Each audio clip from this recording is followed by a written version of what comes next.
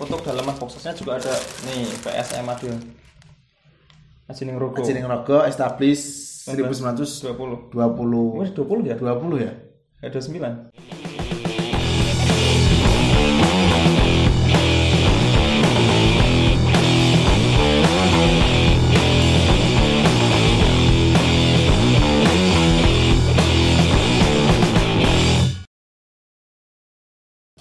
Nah ini dia jersey terakhir yang bakal kita bahas. Benar, masih dari klub yang sama, PSM Madiun.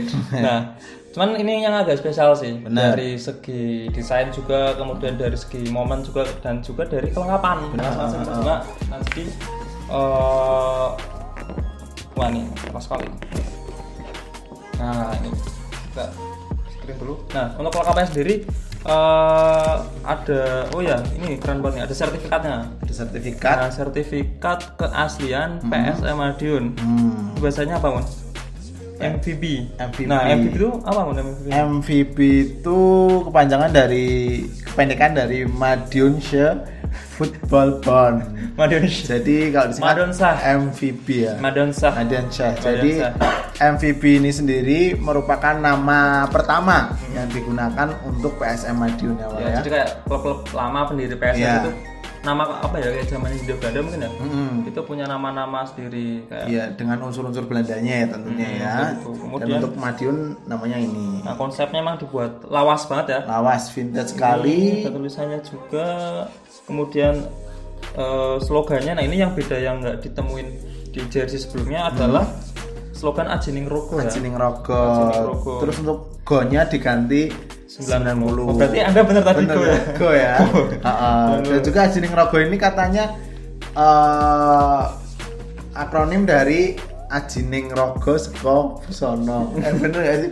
Iya katanya gitu. Jadi kan yang ini kan sedang membahas jersey. Jadi kan jersey memperlihatkan seperti apa orangnya kayak gitu. Mencerminkan kayak gitu. Sertifikat keasliannya juga seperti ini. Oke. Benar.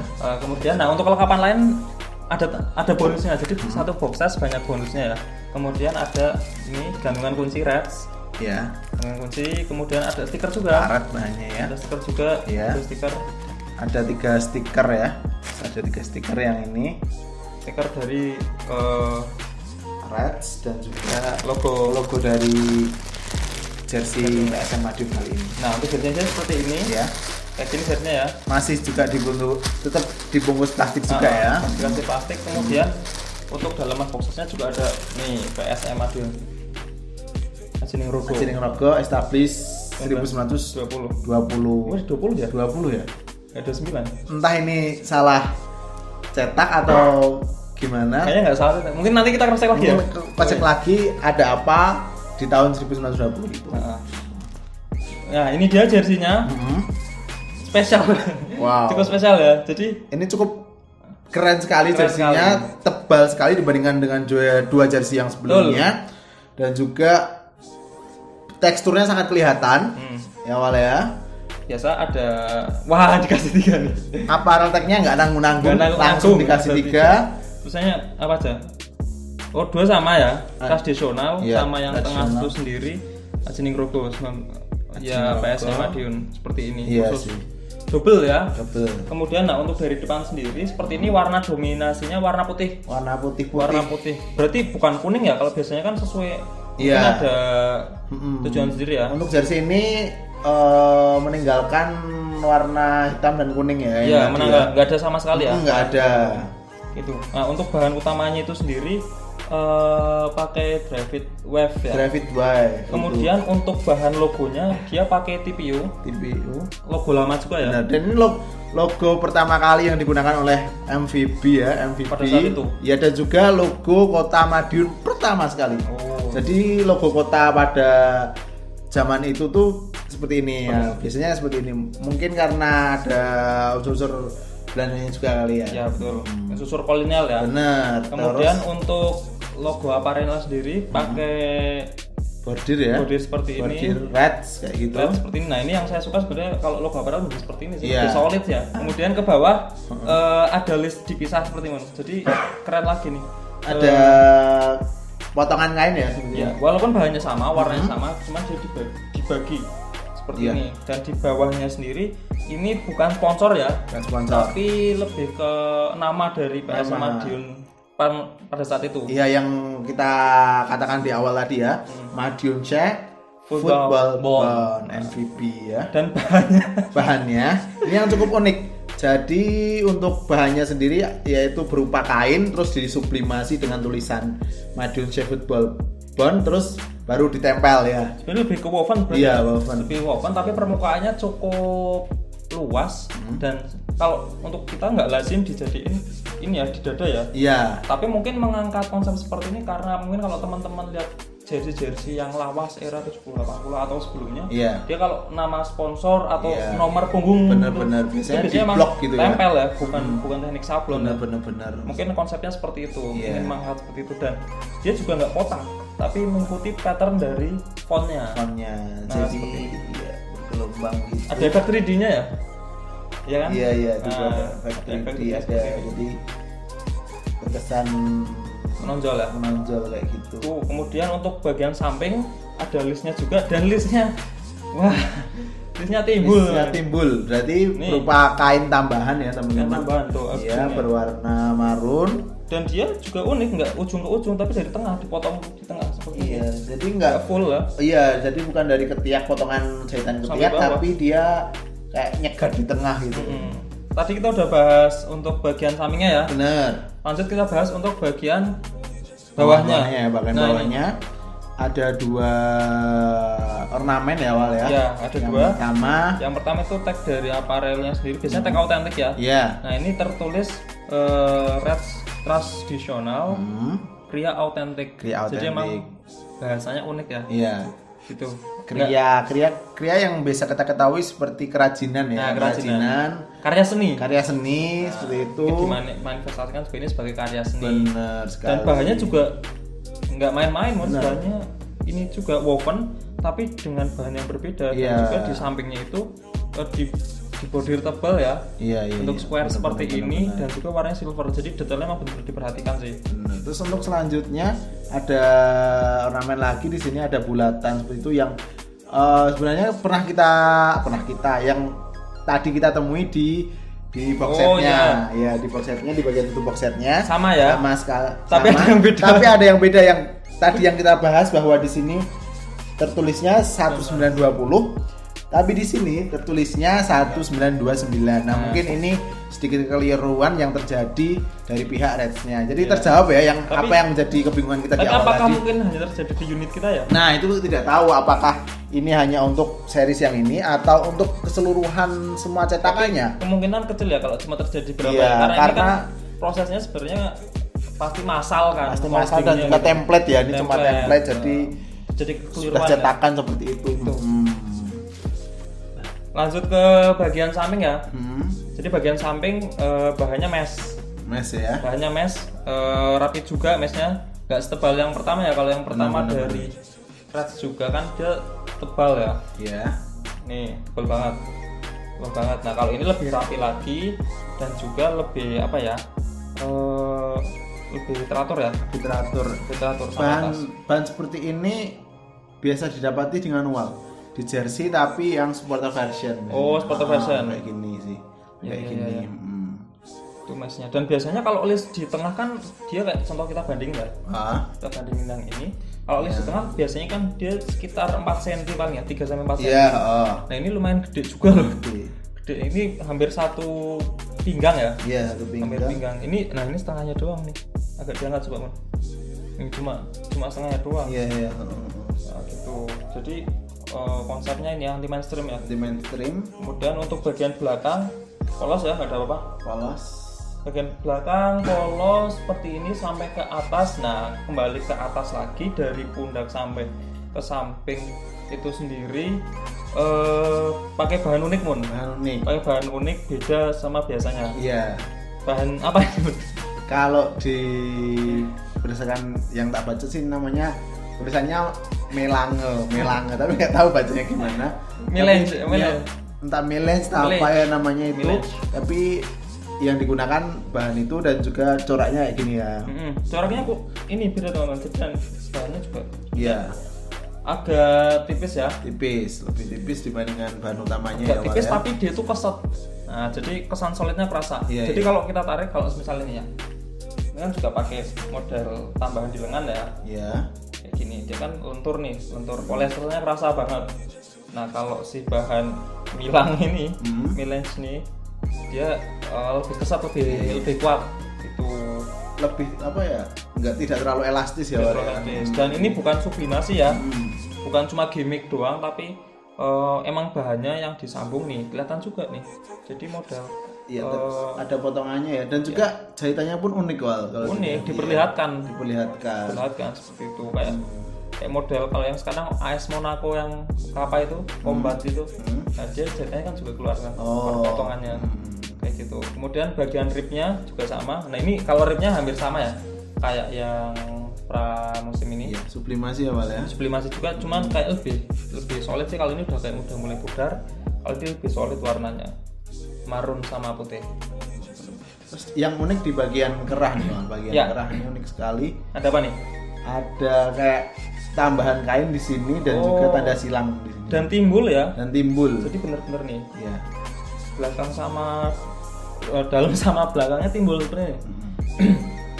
Dan ada X-nya itu. Ini memang dan modelnya juga model kerahnya onek apa V-neck nih? Onek ya sebenarnya. Onek cuman emang cuttingnya semakin ke bawah semakin runcing. Hampir seperti Nike yang musim lalu. Nike musim lalu. Iya, yang Nike yang musim lalu. Yang Nike-nya semakin tipis semakin ke bawah sini. Iya. Benar sekali. Terus di size tag-nya ada bagian dalamnya seperti ini. That's original PSM Madiun dan size bajunya dengan sublimasi awal ya. Dengan sublimasi. Terus dan dengan double layer lagi. Double layer lagi. Keren. Sama seperti Reds yang tadi yang Reds di pramusim. Nah, jadi kalau kita lihat kan ini double layernya nggak kelihatan ya. Nah, ternyata dia ada di sini nih potongannya. Nah, dikasih di dalam. Jadi double layernya bukan kain yang sama dengan Melanga, tapi memang kainnya beda hampir sama sih dengan yang di kain utamanya ya, Dravit Wave-nya. Gitu. Nah, cukup konsisten ya Reds ini ya dalam mengaplikasikan setiap ornamennya. Ya. Kemudian bagian dalamnya ya.